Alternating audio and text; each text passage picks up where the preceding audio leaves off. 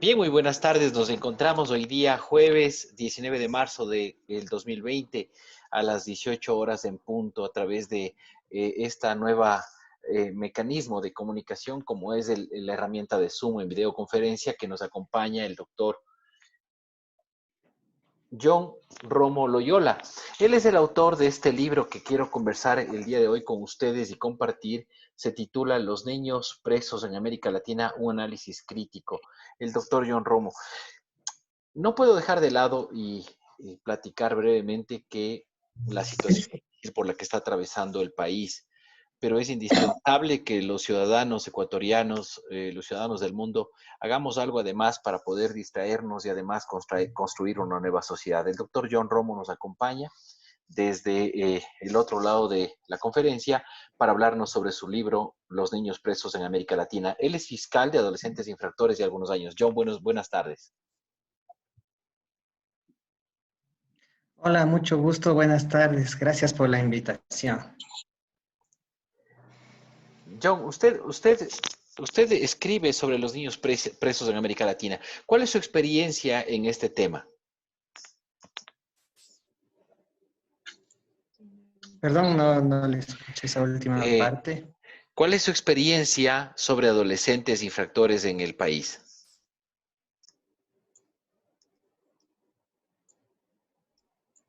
Sí, bueno, la idea de ir forjando estos estudios sobre los adolescentes nace de la inquietud de la experiencia vivida con los mismos a diario. Es un proceso bastante interesante el saber que en el Ecuador, desde hace más o menos unos 16 años, existen procesos penales contra menores formalmente.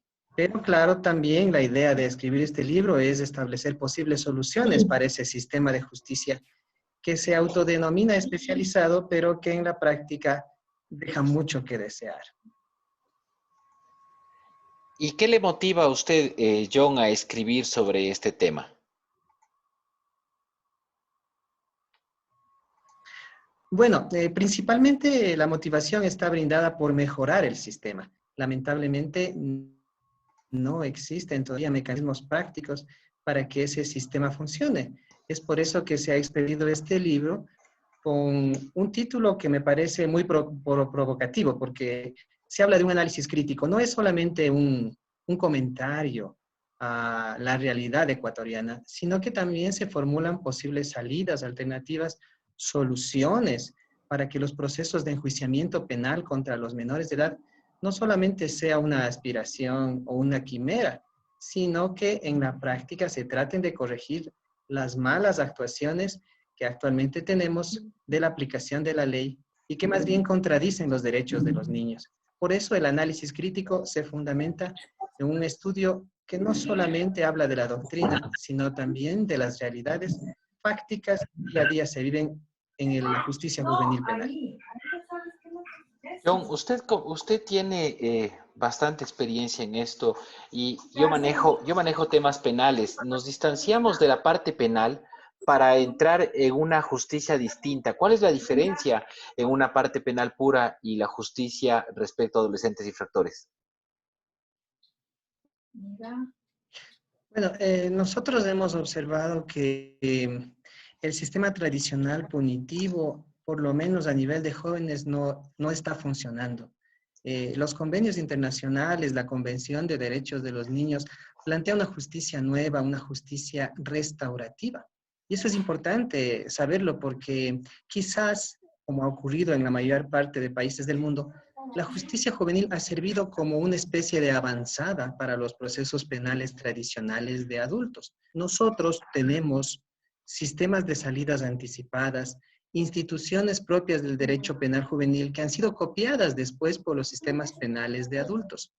Entonces es muy interesante ver que en este laboratorio de la Administración de Justicia, los jóvenes tienen un sistema de ventaja sobre los adultos que se llama el sistema juvenil restaurativo. Entre las diferencias principales encontramos el reconocer al adolescente como un sujeto en formación. En el derecho penal de adultos eso ni siquiera se trata, no interesa.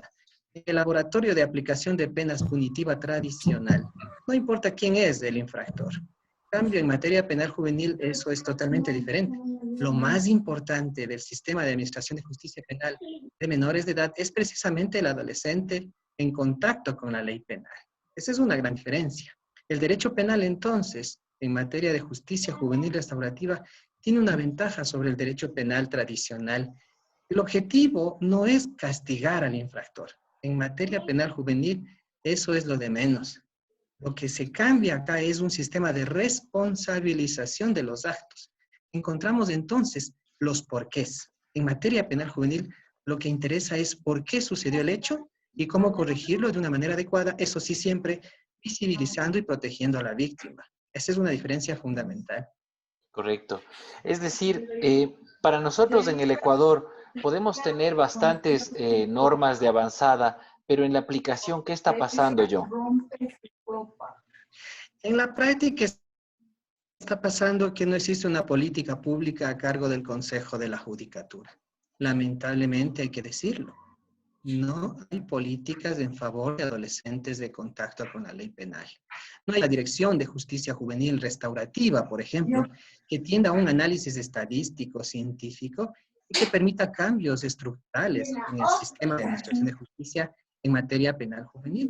Si usted va al Consejo de la Judicatura y les pide cuál es el plan operativo para adolescentes de contacto con la ley penal o cuál es el presupuesto asignado este año para los jóvenes en conflicto con la ley penal, va a ser la respuesta nula, porque todavía no hay una práctica de políticas públicas en su favor. Más han sido buenas voluntades, y en eso hay que rescatar la ventaja de que los operadores de justicia, mal hago yo en decirlo como fiscal, están en un compromiso real para cambiar esa administración de justicia. Nosotros tenemos jueces en Quito especializados, defensores públicos especializados, fiscales especializados, equipos de gente que se juega día a día, incluso hasta su integridad física propia, para poder mejorar los sistemas de administración de justicia. Entonces, es loable las buenas voluntades, pero lo que falta son políticas reales de planificación y ejecución. Basta acudir a la Unidad Judicial de Justicia Juvenil para darse cuenta de la carencia de una cámara de Gesell, por ejemplo, de la carencia de equipos técnicos. No hay médicos, no hay psicólogos, no hay trabajadores sociales, no hay un área de recepción de menores de edad, no hay siquiera un policía que pueda abrir una puerta para que día a día las personas puedan ser atendidas. Entonces nosotros necesitamos una estructura y para eso se necesita presupuesto también y decisiones políticas. Es decir, lo primero es, en el evento de una infracción penal en la que participa un adolescente, es la protección al adolescente presuntamente infractor. Y eso no está pasando. En efecto, una cosa que cambió a raíz de la Convención de Derechos del Niño es conseguir que el titular de derechos sea visibilizado en lo que se llama ahora el debido proceso penal juvenil. Pero junto con eso no se tiene que abandonar la protección para el menor de edad. Diferenciamos entonces un sistema penal tradicional, castigador, retributivo para adultos, en lo que se denomina ahora una justicia protectiva penal juvenil. Entonces aquí se mezclan dos cosas. El sistema del debido proceso en materia penal juvenil y también la visibilización del titular de derechos, de los y las jóvenes, porque recordemos que también hay mujeres ahí, hay hombres detenidos que a partir de los 12 años, esto es lamentable, en América Latina es lamentable que le tenga una edad tan baja, desde los 12 años los jóvenes, las mujeres y los adolescentes pueden ser enjuiciados, detenidos, encarcelados. La idea de una reforma importante en el Ecuador es que por lo menos sea la edad de 14 años para arriba y que las penas no sean tan altas. Estamos hablando de 8 años de cárcel para un adolescente. Imagínese usted cómo un joven a los 12 años puede ser condenado a penas que van a eliminar su vivencia diaria de adolescente. Imagínese que mañana una señorita de 14 años es detenida y es condenada a, digamos, 6 años de cárcel. No va siquiera a vivir una fiesta, no va a poder relacionarse con sus pares, no va a tener una adolescencia normal. Y sin embargo, el fin de la pena, como dice el Código Penal ecuatoriano y también el Código de la Niñez, es la rehabilitación. ¿De qué rehabilitación hablamos? Que una persona ni siquiera va a poder desarrollar sus condiciones mínimas encarcelado o encarcelada. Usted en su libro, estamos conversando con el doctor John Romo Loyola, él es fiscal de adolescentes infractores, es decir, es la palabra autorizada para hablar de estos temas y él ha escrito este libro, Los niños presos en América Latina, ¿sí? Un análisis crítico, es el libro de autoría de él. Este programa está siendo promocionado, lanzado a través también de la librería jurídica El Gran Libro Jurídico. Ellos han tenido la gentileza de promover o de tener esta iniciativa. ¿En dónde van a poder encontrar ustedes este libro? Usted utiliza un término interesante, dice, no es políticamente correcto asumir la responsabilidad de impulsar una reforma que podría cambiar la realidad de administrar justicia. ¿Qué quiere decir con esto, John? Bueno, no es políticamente correcto. Hasta ahí le escuché esa parte, Perdón, la no es, última, por favor, si me podría repetir. Sí. no es políticamente correcto asumir la responsabilidad de impulsar una reforma que podría cambiar la realidad de la administración de justicia. Sí, sí, sí. En verdad, lo que se aspira ahí es un poco destruir las tradicionales formas de la esperanza está en la reforma legal. No está bien decir, por lo menos en materia penal juvenil, que todos los esfuerzos deben ir hacia un cambio de la ley. Nosotros tenemos un montón de leyes. En materia penal juvenil podemos decir que el proceso de recepción en materia legislativa en el Ecuador, nosotros un código de la niñez, digámoslo así, de avanzada. Lamentablemente, la historia de América Latina ha sido reunirnos para reformar la ley. Todo el mundo piensa que cambiando la ley va a cambiar la realidad y eso no es así. Recordemos lo que nos decía el maestro Zafarov, actual integrante de la Corte Interamericana de Derechos Humanos, sobre la esperanza de cambiar la legislación para cambiar la realidad. Eso simplemente no existe. Usted puede tener una preciosa norma en donde se diga que todos seremos iguales ante la ley, que ya no habrá más pobreza, y ponerla en el registro oficial. Y sin embargo, nada va a cambiar. En materia penal juvenil, lo que interesa no tanto es la reforma legal, sino las prácticas. Ya basta de tantas exigencias de cambio legislativo y más bien vayamos a los cómo. En materia penal juvenil, los protocolos son importantes, pero fundamentalmente son los ejercicios diarios de la Administración de Justicia lo que va a cambiar la realidad. Y para eso le voy a poner un simple ejemplo. En el Ecuador hay una norma en materia penal juvenil que dice que, por ejemplo, las visitas íntimas a los menores de edad están prohibidas. Nosotros tenemos jóvenes que son padres de familia, mujeres que son madres de familia, que han tenido y han vivido su sexualidad, que tienen 16, 17 años. Imagínese usted que siendo titulares de derechos, ellos no pueden acceder a una visita conyugal, a una visita de su pareja. ¿A qué le estamos poniendo a este joven, a esta mujer, a este varón enfrente? A un aislamiento total, a un encerramiento, para que no desarrolle en lo absoluto ningún vínculo de empatía con la sociedad.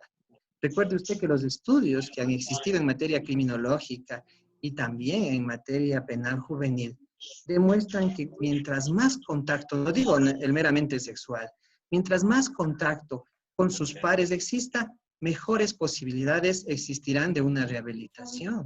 Es una verdadera vergüenza que en el Ecuador todavía un adolescente preso no pueda acceder a una fiesta juvenil, no pueda acceder a un pequeño libro de literatura, no pueda conectarse a Internet. ¿Cómo saldrán esos adolescentes después de 3 o 4 años? Totalmente encarcelados, digo yo, enjaulados, porque ni siquiera pueden acceder a condiciones mínimas de una terapia. Se les separa de sus familias, se les cambia de ciudades, se violentan sus derechos humanos todos los días. Y después nos preguntamos, ¿por qué habrá reincidencia? Entonces, no es políticamente correcto el simplemente centrarnos en una reforma legal si esta no tiene un cambio de actividades lógicas que serían asignación de presupuesto, respeto a los derechos humanos, más acceso a condiciones mínimas de estabilidad, a una alimentación adecuada, a una educación. No hemos escuchado todavía que haya adolescentes que se hayan graduado de un colegio, que hayan tenido acceso a por lo menos una actividad decente mientras están siendo rehabilitados. Lo que sí estamos escuchando, en cambio, es que existen, por ejemplo, centros en donde hay las famosas infiernillos, esas celdas de castigo. Uno todavía no entiende cómo, por ejemplo, en el texto que estamos ahora relatando, pueden existir esas grandes diferencias entre menores de edad que se drogan al interior de las cárceles y chicos que ni siquiera pueden acceder a una condición mínima de educación formal o de acceso a nuevas tecnologías. Estimado John, usted hace en este libro que usted prepara respecto de los niños presos en América Latina, usted lo que aborda además una comparación con algunos países o hace un análisis de algunos países. ¿Cómo encuentra el Ecuador en comparación con Bolivia, Argentina, Centroamérica, Perú? Bueno, yo a manera de resumen, porque este espacio en realidad es muy corto, debo señalar que el Ecuador tiene una serie de ventajas en materia de administración de justicia en lo que se denominan buenas prácticas, por lo menos en lo que a las capitales se refiere. No todo es malo, hay muchas conciliaciones, hay muchas remisiones, hay muchas salidas anticipadas que se están aplicando en el Ecuador, pero lamentablemente vemos una regresión de derechos. Se está violentando el principio de progresividad en materia penal juvenil en el Ecuador. Nosotros no tenemos un sistema de rehabilitación adecuado para las y los jóvenes. Aunque el nivel de hacinamiento es todavía incipiente, ya comenzó en el Ecuador un proceso de engrosamiento de la población carcelaria en materia penal juvenil. Ya tenemos hombres y mujeres que han sido separados de sus familias. Ya tenemos procesos de drogadicción, ya tenemos violencia en las cárceles. Es una mala copia de los centros de adultos lo que estamos viviendo en estos últimos años en el Ecuador en materia de rehabilitación social de menores.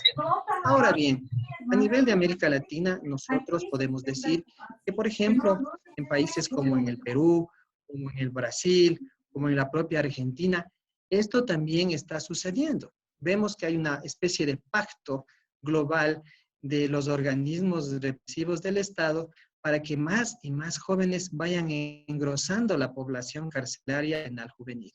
¿Qué hacer? Bueno, el libro plantea algunas salidas para esto. En principio diremos que las políticas públicas son importantes. No pensar tanto en la reforma legal, no pensar tanto en crear nuevas cárceles para menores y sí ir creando un sistema que sea una especie de colchón de los derechos humanos. Por ejemplo, lo que yo primero haría sería crear una dirección de justicia juvenil en el Consejo de la Judicatura, una dirección nacional con especialistas, criminólogos, docentes universitarios, especialistas en materia de derecho y también, claro, gente que haya sido capacitada a nivel no solo nacional, sino internacional en lo penal juvenil. Con esa base ya podemos dar una estructura de presupuesto, ya podemos mejorar los sistemas de administración de justicia, ya podemos ir capacitando a las personas y también, claro, dándole un nuevo rostro a lo penal juvenil. Por ejemplo, crear salas de mediación, crear salas de conciliación, tener equipos técnicos que permitan que si mañana un joven es detenido por la causa que fuere, tenga esperanza. Lo que ahora existe es simplemente una puerta que se cierra, una puerta giratoria en los términos tradicionales que hablan los penalistas. Es decir, en el país en este momento está bien complicada la situación de los adolescentes infractores o el tratamiento que ellos reciben. En un sistema de justicia, en alguna conversación extraoficial que tuve con usted, usted decía algo, son jóvenes y son jóvenes que están aprendiendo a vivir. ¿Qué quiere decir con esto, John? Bueno, yo siempre voy un poco a la memoria histórica de los adultos. Recordemos cuando éramos jóvenes. Recordemos cuando usted, como yo, o los compañeros que están ahora como participantes, tenían 13, 14 años. ¿Cómo éramos? Éramos inquietos, éramos rebeldes, estábamos aprendiendo a vivir. Si dentro de ese aprendizaje se cometieron errores, por una mala orientación, por ejemplo, en el campo sexual, que es donde tenemos más problemas nosotros ahora con las y los jóvenes detenidos. Estamos hablando ya de un inquietante 70% de casos en donde los menores son detenidos por delitos sexuales. Imagínese usted que mañana un joven, y disculpe las palabras, tengo que ser crudo y directo, un joven, no sé, manosea por ahí a algún niño. Eso visto desde el sistema penal de adultos tradicional, se convierte en un delito de abuso sexual, antes llamado atentado al pudor. La pena puede llegar a 10 años de privación de libertad en materia de adultos. Pero como dicen los tratadistas, entre ellos de Ragni, el mismo Ferrajoli, la doctora Mari Belov, los menores de edad están en crecimiento, están aprendiendo a vivir, no son perfectos, deben sí ser responsabilizados, deben ser reorientados, pero de ninguna manera en estos temas, me refiero a los abusos sexuales en donde no hay violación, la solución deberá ser la cárcel. Al contrario, vea usted que hay procesos restaurativos muy interesantes como las conciliaciones. ¿Quién pensaría que un adolescente mañana puede ser sujeto de una conciliación con los representantes de la víctima en delitos sexuales? Eso sería una barbaridad Por en supuesto. materia de adultos. Mi Pero en lo estimado, penal juvenil, eso sí puede suceder. Mi estimado John, para aquellos que nos están siguiendo en este momento, estamos conectados aproximadamente 29 personas. Pueden ir preparando sus preguntas porque a partir del minuto 25, es decir, ya en 4 minutos más, se abrirá un foro de preguntas para el doctor John Romo, fiscal de adolescentes infractores de amplia experiencia.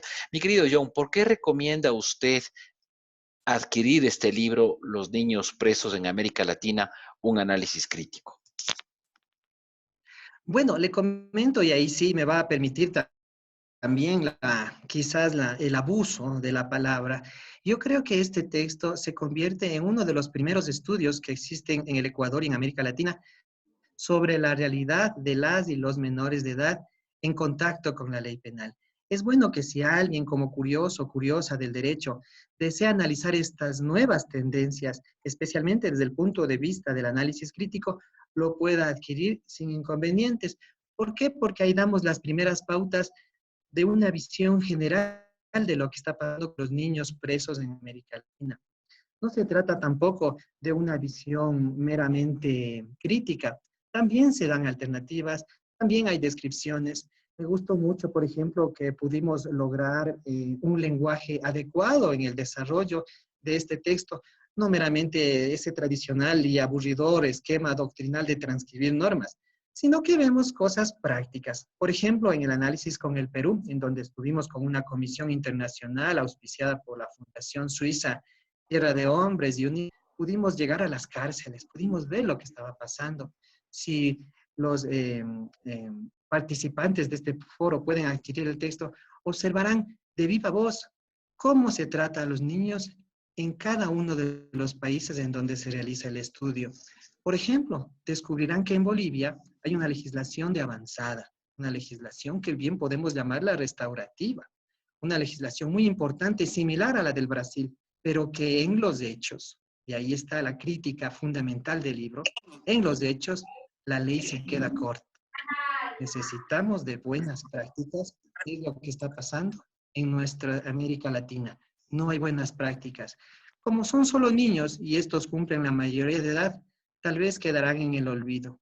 Disculpe ese lenguaje frontal que yo utilizo en el libro, pero hay que decir las cosas como son. Mi estimado John, frente a un eventual delito de abuso sexual, como usted planteó un ejemplo muy duro, es decir, que un adolescente podría estar manoseando, como se diría, a un niño, podría presentarse en un colegio tranquilamente. ¿Cuál es la conducta adecuada de un docente después de un padre de familia y finalmente de un abogado?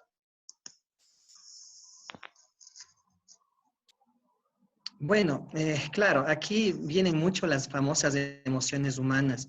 Uno en principio quisiera hacer justicia por mano propia, pero debe entender que tanto víctima como infractor son seres que están en crecimiento, no tienen todavía las plenas aptitudes para resolver de una manera adecuada este conflicto y necesitan de adultos. ¿Qué hacemos en la Fiscalía? ¿Qué recomiendan los convenios internacionales? ¿Cuál debe ser el rol o el papel del operador de justicia en estos casos? La primera actividad que debe hacer un operador de justicia cuando llega a conocer estos temas es llamar a las partes. Ojo, evitando primero la revictimización. No es que vamos a tener una audiencia con la víctima presente.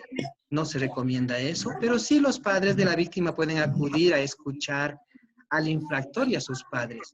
El simple hecho de llevar a un menor de edad a la fiscalía, con la policía, con abogados, ya es un proceso de reeducación. Imagínese que tengamos 13, 14 años y nos llama la DINAPEN, nos llama la policía, el papá, la mamá, los abogados a una audiencia. Ese mismo sistema que la ley llama socioeducativo se plasma en diferentes formas. Esta audiencia, digámoslo así, de mediación o de conciliación, lo que tiende es a tratar de encontrar las causas del delito, cosa que no hace el sistema penal de adultos. En el sistema penal juvenil, lo que interesa es por qué sucedió esto y cómo podemos corregirlo. Se visibiliza al infractor, se da a conocer cuál es su formación educativa. Están presentes representantes del colegio, están presentes los representantes del DS, del DOBE, están los psicólogos, estamos todos reunidos media hora, una hora, tratando el tema de ver cómo solucionamos esto en la práctica, cómo se repara a la víctima, cuál deberá ser el tratamiento psicológico, cómo deberían alejarse las partes, establecer medidas de protección para la víctima, boletas de auxilio y también tratamiento para el infractor en libertad. O sea, respetamos su derecho a vivir con su familia, respetamos el derecho a seguir estudiando, protegemos a la víctima, establecemos reparaciones y terminado el asunto con un seguimiento socioeducativo. Vea usted cómo quizás en una hora hemos solucionado un tema que pudo haber durado 1 o más años, solo en el sistema penal tradicional.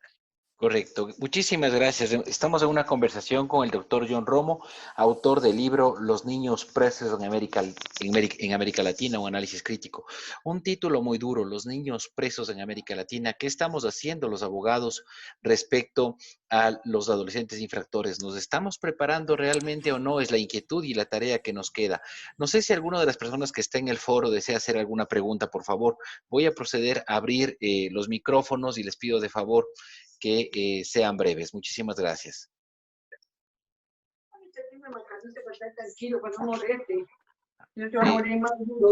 ¿Alguien, por favor?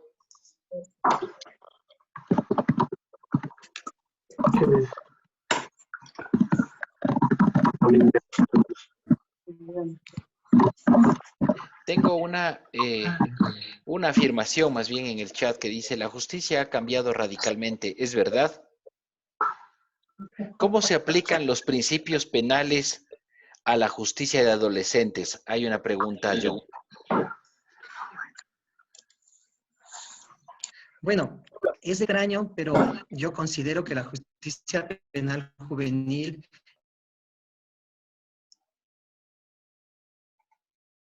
Un segundito. Ya la tiene colgada y sigue mordiendo. Se tienen que aplicar íntegramente en lo que se llama el debido proceso, ¿no? El debido proceso ha incorporado la posibilidad de que los jóvenes accedan a todas las garantías que tienen los adultos en un enjuiciamiento. El derecho a guardar silencio, el derecho a la defensa, el derecho a la contradicción. Pero junto con estos principios tradicionales penales que son propios de un enjuiciamiento penal de adultos, se ha unido lo que se denomina la doctrina de protección integral. ¿Qué significa esto? Que llega un momento en el cual el juzgador, los operadores de justicia, la fiscal, el fiscal, los defensores, se reúnen para solucionar.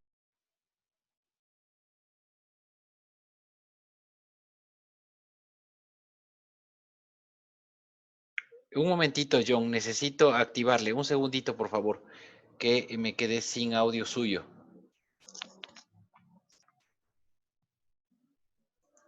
Ahora. Ya, John, perdóneme. Sí. Perfecto. Entonces, sí, para resumir, lo que podemos decir es lo siguiente. El fin de la justicia penal juvenil es, aplicando el debido proceso de adultos, resolver 3 aspectos básicos. Primero, la reintegración social del adolescente. ¿sí? El objetivo es mejorar la situación de vida psicológica, física, educativa, socioeducativa, médica del menor de edad. Segundo, reparar a la víctima. Reparar a la víctima es un aspecto de un puntal fundamental en el tema. Y tercero, responsabilizar cuando proceda al infractor. Entonces, no hablamos de impunidad, hablamos de una aplicación de una justicia diferente, en donde con el debido proceso lo que queremos es restaurar el daño, no ocasionar más daño de lo que el delito ha generado, sino más bien ir curando, es una justicia curativa, restauradora, y mejorando la vida de ambas partes, de la víctima y también del adolescente, entendiendo que el adolescente es el presente y el futuro de la justicia juvenil, no solamente aplicar fríamente la ley, al contrario, hay que escucharle y hay que darle todos los derechos necesarios. John, ¿es aplicable el procedimiento abreviado en menores infractores? Sí, es procedente, aunque tiene sus dudas. Siempre cuando nació el procedimiento abreviado para adultos y también para menores, los estudiosos han dicho que se trataría de una especie de chantaje para el infractor.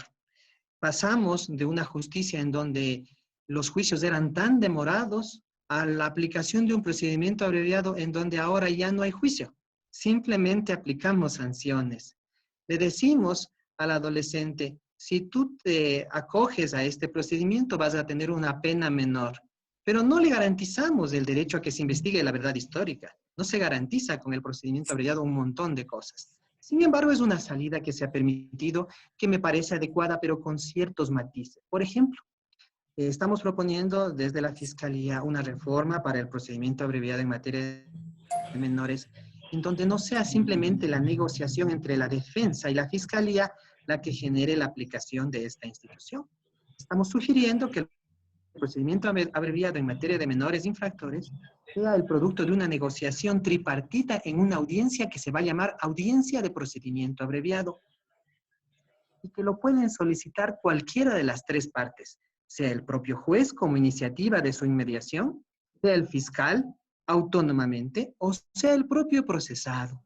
Lo importante Correcto. es que en esa audiencia en donde va a estar presente el menor de edad, el juez garantiza la inteligencia sobre los efectos de someterse al procedimiento abreviado. Entonces, este procedimiento abreviado en materia especial penal juvenil, lo que está pidiendo la Fiscalía es un consenso, que sea un consenso entre las partes y no solo la negociación unilateral entre defensa y fiscalía. Cambia entonces aquí la óptica de lo que se tiene como al fiscal como titular de la acción penal. Lo que aquí no interesa es quién es el dueño de la acción penal. Lo que interesa es cómo solucionamos el problema de la forma más rápida y efectiva posible. Correcto. ¿Es viable una mediación o conciliación cuando un adolescente ha cometido un delito informático o a su vez tiene tendencia de pornografía? Esto sucede con los llamados PACs en los teléfonos jóvenes. ¿Existe una reparación por medio de una mediación o conciliación? Sí, le comento que uno de los grandes porcentajes de delitos sexuales ahora se cometen por Internet y los teléfonos inteligentes, smartphones, etcétera, tienen esa posibilidad. No es extraño que mañana un grupo de WhatsApp se abra en un colegio y empecemos a publicar fotos o forjemos a veces fotos de personas menores de edad y difundamos eso en el colegio o por redes sociales. ¿Es posible llegar a acuerdos? Yo considero aquí que es importante que en la reforma que se va a plantear al Código de la Niñez, por ejemplo, se diga que las mediaciones de las conciliaciones no tengan límites. Obviamente para los delitos graves, los más graves, como por ejemplo violaciones o asesinatos, eso ya es discutible. Sin embargo, en los procesos en donde las infracciones pueden ser solucionadas con bloqueo de redes sociales, cambio de teléfono, protecciones, etcétera, a nivel informático, es perfectamente factible reunir a las partes y lo hemos hecho. Yo recuerdo el Perfecto. caso de un colegio acá en Quito, en donde un chico estaba utilizando la tarjeta de crédito de su padre para comprar pornografía y después difundirla, inclusive pornografía infantil. El joven fue detenido, fue sentenciado, obviamente estuvo preso algún tiempo, se le aplicó una pena de cárcel, pero a la vez se aplicaron procesos restaurativos. Ahí las víctimas estaban en el Internet, no había víctima con la cual conciliar.